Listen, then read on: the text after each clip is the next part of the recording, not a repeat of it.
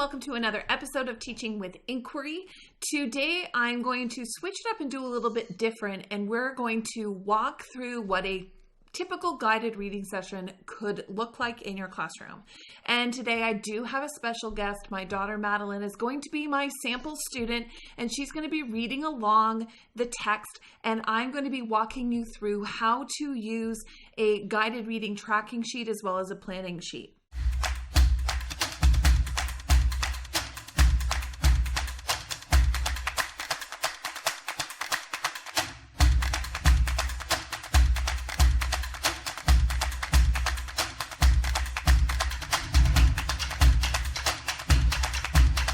So we're going to start with this document here, which will soon be released on my differentiated guided readings. Now, with this product in particular, but this can be done with any type of guided reading, is using one text that is differentiated at 3 separate levels so that you can give one story to multiple guided reading groups, which does help you streamline any classroom discussions or tasks that you might be doing, because all of the students are going to be reading the same story, even though some of them will be doing different ones. So I like to give 3 different versions, and the 3 different versions you see here are a lower level A, and this is typically for students that are reading just approaching the grade level in my classroom of a 4 or 5, as well as a mid-level range of students reading at a grade 4 or 5 level, as well as the high level students. If you've got students that are advancing 5, 6 level, then you have that 3rd level. And these 3 levels correspond with both DRA and Frontis-Pinel and Lexile levels as well. Now, the process that I go through to use guided reading, so the process that I go to is I follow, and the first thing I'm doing is I am assessing my students using a DRA to get their level. Now, once I've done that, I then group my students, and we've done previous videos on how to group students differently for small group reading. Now, the 3rd section is I create that set schedule for my students so I know which groups I'm reading when, and that doesn't necessarily mean that each group is going to be meeting with me at an equal amount of time. My lower level readers are definitely going to spend more time with me than those that are reading at or above grade level because of the support that they require. Now, finally, we get into the planning. Now, and when we get into the planning, the first thing I'm going to do is I'm going to preview the text. And I'm going to look through the text myself, and I'm going to decide based on some of the learning goals that we're using in shared and modeled reading. I'm going to try to replicate that into my guided reading text and do some small group instruction targeted on those skills. Now, once I've picked those skills, I am going to then read through that sample and come up with some guiding questions and areas of focus that I'm going to be working on. So I'm going to use things like these question stems that uses the Bloom's taxonomy of questions to make sure that I'm using both comprehensional knowledge and understanding skills and questions, as well as getting students to focus on higher order thinking skills. Now, when I'm structuring my lesson, I'm going to look at 3 different pieces. The first is going to be the getting started piece, and this is where prior to reading, I'm going to activate prior knowledge and get students to make predictions about what it is they're reading. Then once the students are done reading, we're going to focus first on some literal comprehension questions just to quickly assess whether students understood the text that they were reading. And then we're going to go deeper and beyond the text to look at more higher level thinking questions where students are going to analyze and evaluate the text that they were reading. And I'm going to use the expectations as to getting through to those questions, and as well as using some of those sentence stems to decide which of these questions I'm going to focus on when I'm working with that small group of students. Now, during the guided reading session, so this is where we're really going to focus on in today's video, is what exactly does that guided reading session look like with a student? So the first is that I'm going to be getting started. So I'm going to be asking my student to look at the text and the title of the text, perhaps read a paragraph or 2 to themselves silently, and then we will talk and make predictions about what it is they think is going to happen by the end of the text, or what's going to happen in the story, what experiences they might have that will help them to understand this text, and further looking into what background knowledge they might have that's going to assist them to understand vocabulary and other concepts that might be present in a text such as the one we've selected. Once that is done, I'm going to then get my student to whisper read. And she is going to whisper read out loud to herself, so just beyond the point of silent reading, but she's going to whisper read. And I'm going to establish the norm that during guided reading, when I lean into my student, that means that they're supposed to increase their volume and start reading to a volume that both her and I can hear what it is she's reading. Now, during that time, I will be assessing her fluency and decoding skills, as well as word solving skills, to make sure that she is on track with those specific reading behaviors in the moment. Once I'm done listening to her read a couple of paragraphs, I will then prompt her to continue to silently read the rest of the text until she's done, while I move on to other students. So we're going to get started right now, and we're going to switch and have you watch my daughter Madeline and myself go through the guided reading process, where we are going to model what that looks like for you. Okay, Madeline, today we're going to read a story called Timothy's Birthday. I want you to read from here to here, and then we're going to talk about some of the predictions that you can make while reading, okay? Okay. Okay, so I want you to read this to yourself, so go ahead and read that, okay? Timothy Turtle was an early riser. In fact, he was the earliest riser in the zoo. Timothy Turtle loved peaceful mornings. He went for a slow walk to the far side of the pen. He moved past a pond with sleeping frogs, and under the trees of sleeping birds. He loved the fresh morning air. The zookeepers arrived, coffee in their hands. The air smelled like coffee. Timothy Turtle heard familiar voices. It was Mr. and Mrs. Osborne, the head zookeepers.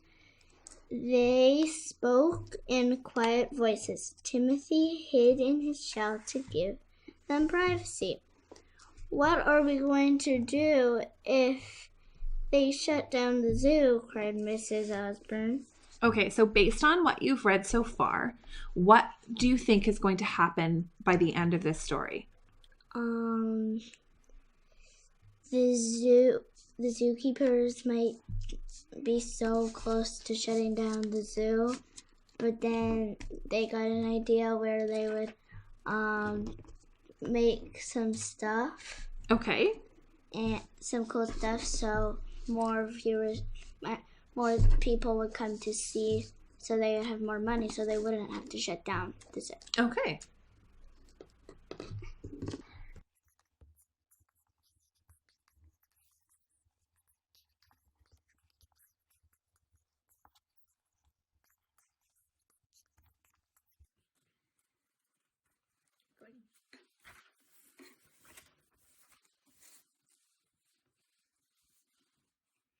One of the next steps I think would be a good one for Madeline to focus on would be her rate of reading. Learning how to read, or getting her to read the text at a bit of a faster rate so that it sounds a bit more natural when she's reading, is going to be a skill that she's going to need to continue to work on. Right now, she's successfully able to read the story. However, it still sounds a tad bit choppy, and she needs to increase her fluency so that the speed is a little bit faster. So originally Madeline was reading with her finger and following along with her finger. Now, when I've asked her to remove her finger, her speed and fluency has also increased. She has increased her ability to read with more fluency and to read more with a better cadence and rate.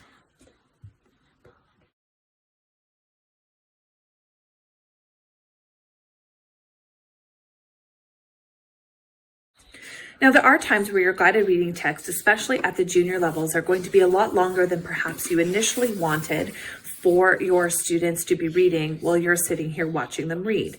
Now, some students will read a little bit faster, and that's fine. For those students who are not reading is the same amount of text very quickly, one of the strategies you can do is you can give everybody in your class their guided reading text prior to them coming to you. If your not really worried about them being able to predict and make predictions based on the text, then this might be something that you are able to give them the text ahead of time, and they can come to the guided reading session already having read the text. Now, if perhaps that previewing or predicting is an important task, handing out the students all of the text and asking them as a class to read the first 3 paragraphs and then write down their predictions prior to beginning to read the rest of the text, that could be a task that you do. And then you begin meeting with individual students as needed with a text that they've already read. This means that they don't necessarily have to read the whole text here with you, that they can read just enough that you can hear them reading, and then you can quickly move on to the comprehension piece, where you can start talking about the comprehension because you're less worried about them reading the whole text right there in front of you during your limited guided reading time.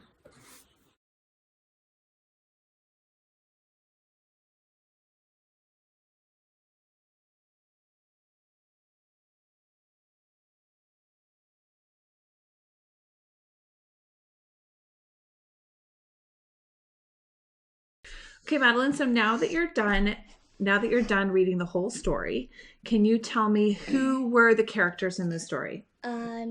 Timothy Turtle, Mrs. and Mr. Osborne, Sally Snake and Patty Patrick, and Casey Cricket,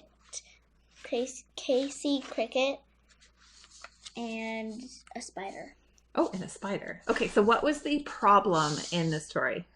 Timothy Turtle, he was worried that Miss and Mr. Osborne were going to close down the zoo, and then they were going to, and then the turtle and all the other animals were going to get sent off, and probably at different places. Okay. So what did they do? What did they do to solve their problem? And Timothy was turning 100 on his birthday. Oh, okay. So, the person who was planning the party for him, he thought of the idea of cleaning party.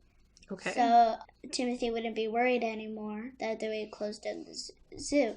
So then all the animals, they joined the party, and only Casey Cricket was excited about that. Then all of them joined in, and then their zoo cage was so clean and tidy, and the glass was so shiny. Then there was new paint, and then the zookeepers decided not to shut down the zoo. Okay. So I want you to think about this text in your own life. Are there any connections that you can make that help you to better understand the text, or things that as you were reading, you might have been thinking, hey, this is like something that I'm familiar with, or something from my own life? Not that I can think of. Okay. Is there anything that you have experienced in your life that helped you to understand this story? So you told me earlier when we were making our predictions that you had been to a zoo. Yes. So has your time going to the zoo, how did going to the zoo yourself help you to better understand the story? Visualizing the pictures in my head so Okay. I can understand what the story means. Okay, was there a time in the story that you did that? Could you find the part in the story where you were using your visualization? When Timothy Turtle was waiting by the pond. Okay, is that something you pictured in your head what that looked like? Yeah. And had being to a zoo before that, did that help you? Yeah. Awesome. Okay. The next question I have for you is about point of view. Do you remember when we talked about point of view? Point of view is where you understand that the story is told from one character's perspective. Yeah. So in this story, Timothy's birthday, who is the character who is telling the story? Or whose perspective the story is from? I think it would be Timothy retelling his story. Okay. Now, how would this story be different if, say, another character was telling it? Can you pick another character of the story? The party planner. The party planner. So how might this story be different if this was not told from Timothy's perspective, but told from the party planner's perspective? I would think it would be very similar, but I think it would be like, and then Timothy hid under his shell to give his privacy, and he got worried. Okay, very good. So for this week's independent task, what I would like you to do is I want you to pick one other character, and I want you to write about one part of the story from another character's point of view. So if you think about all of the different things that happened, so if you wanted to pick the party planner, how would the party planner have described one event in the story? So can you think of an event that the party planner would be able to tell from their point of view? The one I told you. Okay, so in your reading response book then for this week for your independent task, what I want you to do is I want you to write that part of the story from the party planner's perspective. Okay. Okay, sound good? So when you're doing guided reading, it doesn't have to be terribly complicated or focus on too many things. It's two specific things. It's a transition as well between what we've been talking about in class and into the independent practice. So for this example, I was able to look at the 2 learning goals that I had selected, and then I sent her off to give her a purpose or a reading response in which she could write for the week. Now, sometimes you might want to have these pre-planned or use student choice boards for the reading response and maybe select the point of view question as one that they could focus on for the week. So if you are involved with my United Literacy program, you know that typically it wouldn't be kind of on the fly type of reading responses that they are typically selected by the students for from a reading choice board. However, I will often highlight a question that would lend itself really well to our discussion during guided reading. So for this one, looking at point of view and how it's presented from another person's perspective is a deeper question than simply getting her to retell or explain the connections. Now, she did a fabulous job at letting me know that a connection of her trip to the zoo, although it required a little bit of prompting, definitely helped her to visualize when she was reading. So that connection led to another reading strategy, and she was able to do that. Now, in the assessment piece, this might be something else that I want to add, that she's got good comprehensional skills and she's able to use her ability to comprehend a text she's reading to help her apply that comprehension to understanding and answering different questions. So Now, if I had written so much, then that might be better, but I do really like to do short form. And when I'm looking as well as looking at some of the things that we're looking at predictions, I might say, okay, if she's looking at predictions here, she did a great job at making a prediction and using that prior knowledge. So I might give her the code of A there. For B, her understanding of text forms and patterns, she was clearly able to retell and understand the characters, the setting, the problem, as well as the solution. So I would probably give her a B+ there because it did require a bit of prompting. Now, her fluency, was she reading fluently? She did have some good fluency there. However, her rate was a little bit slow, so she was able to read the text, but it was a little bit slower. So I'll probably give her a B there because she really was reading a 3.7. However, she is only in grade 3, as well as for her understanding how it helped her to better understand. So understanding how connections helped her to visualize and understand the story. With a bit of prompting, she was able to give me a great answer. However, I would like her to kind of get to that more independently, so a B there as well. And that is simply how I'm using this tracking page to track my students. Now, I will do this at the end of every guided reading session, so I'll have multiple students here on the page. And as they're reading, I will quickly write notes. And then this is, say, guided reading group 1, and the text was Timothy's birthday.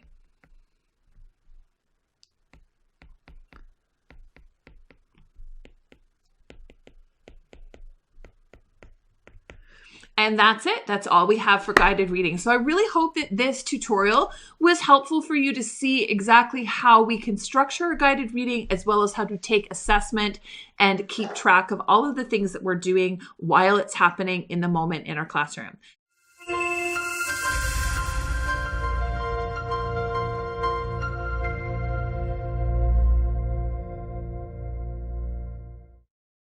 So thank you so much for joining me. If you are looking for any of these tracking pages or the differentiated text, you are soon going to be able to find all of those up on my TPT store independently under the differentiated guided reading texts. You can also find these in my Ignited Literacy series on Teachers Pay Teachers. Thank you so much for joining me, and we will see you next week. Bye for now.